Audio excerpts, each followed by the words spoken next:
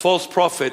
The false prophet tells you false prophecies, false things, to falsify the truth, to deceive you and lead you into perdition and destruction.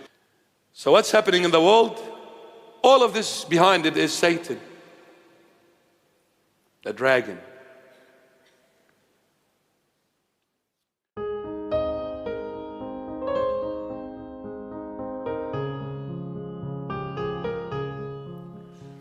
You could never ever come across anyone as ugly, as poisonous, as hatred as Satan.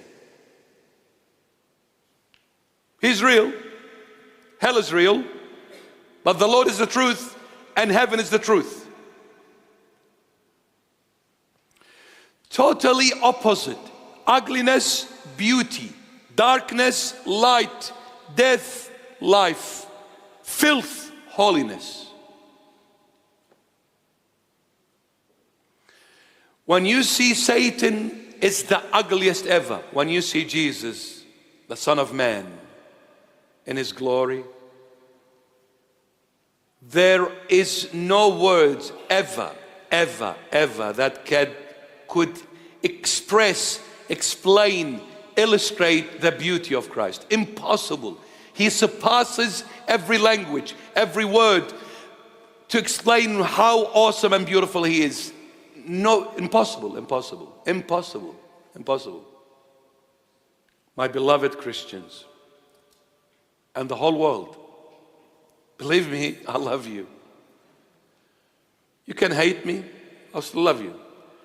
You can refuse or reject what this bishop is saying. Doesn't matter, I love you. Who cares? The crown of glory, Jesus Christ of Nazareth.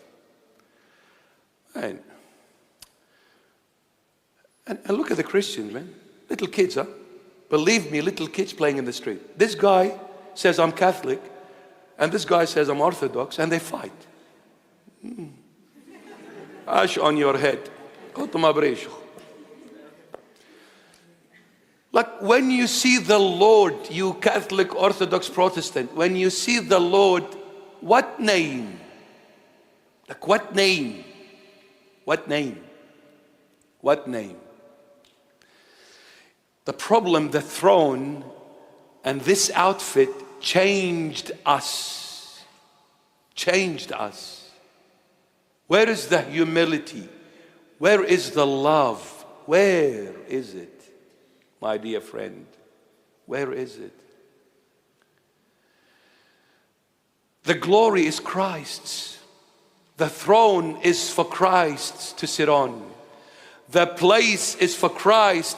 The church belongs to Christ. Everything belongs to Him. What Catholic, what Orthodox, please wake up. I don't have a watch, but the time is running out. I have an invisible one. The time is running out.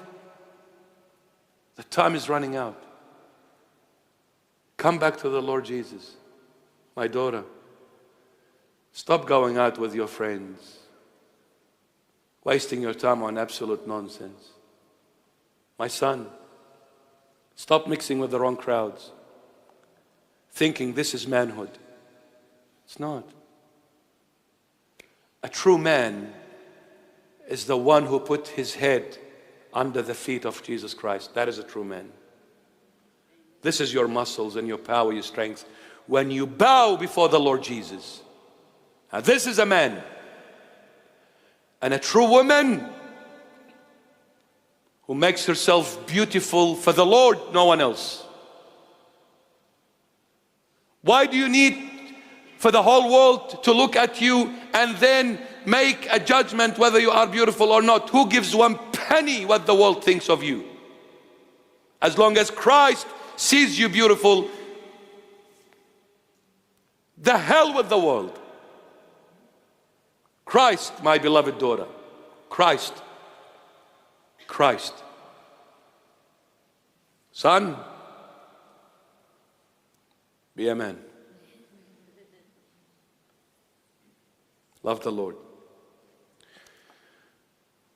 The most beautiful thing any man can do for his family is when he leads that family and leads the way and show her, his wife and the children, even though I am the man and the head of this household, I am the backbone of this family, I am your strength, I am your provider, I am your power. But watch, wife, look at your man, look at your husband. Children, look at your daddy. Daddy is going, and now all these daddy, big daddy, now he's putting his head and crying at the feet of the Messiah, seeking mercy, guidance, and begging the Lord for forgiveness. Now this is a true daddy, this is a true man.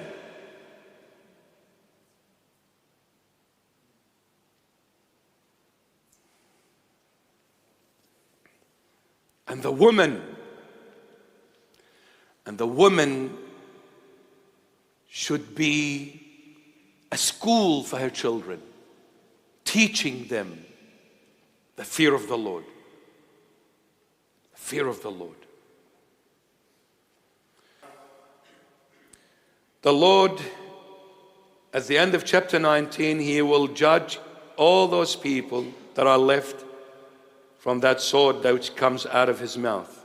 And we said last time, say in the Gospel according to St. Matthew, where the Lord says, I did not come to bring peace but the sword. Some people took it the wrong way and said, you see, even your Jesus Christians, He uses the sword. No, Habibi, no. No, Habib Albi, no. My sweetheart, no. Because Revelation chapter 19 and verse 21, it says, and the rest were killed with the sword which proceeded from the mouth. Not from the side.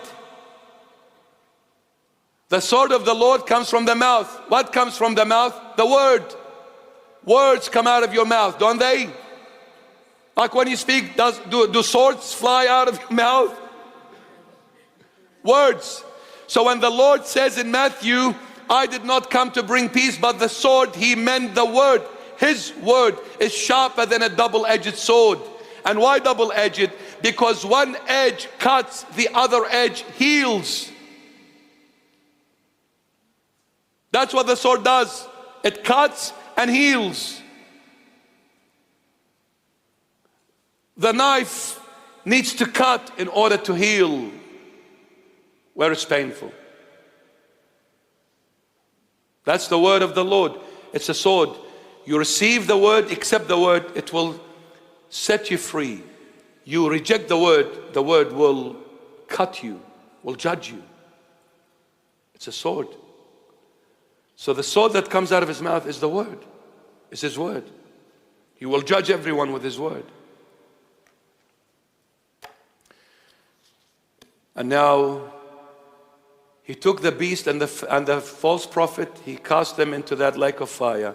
Chapter 20, He will come and take the dragon, the old serpent, which is the devil and Satan, and He will cast that Satan into that lake of fire. See, they are three. Satan, the dragon, the old serpent, then the beast, then the false prophet. It's the filthy Trinity. Just like we believe in the Holy Trinity, Father, Son, Holy Spirit. Well, we have the Father. Over there, the filthy Trinity has the dragon. Satan is their father. And the Lord said it. He said, you are the sons of your father, the children of your father. Your father is the father of all lies, and he is the killer of mankind from the very beginning. He referred to their Satan as their father. So the dragon, Satan, is the father of all lies. The beast is their son. The system. What is the system? Brain. And what is the Son of God? The Logos, intellect, brain. And then you have the false prophet. The false prophet tells you false prophecies, false things, to falsify the truth, to deceive you and lead you into perdition and destruction. But the Holy Spirit prophesies in the light to lead you to the Lord Jesus, the light of the world. You see how there is the Holy Trinity and the filthy Trinity? So what's happening in the world? All of this behind it is Satan, the dragon. Oh, Chinese, the year of the dragon. Oh my goodness. What are you chasing, my dear friend? What dragon? We need to be very careful, very careful.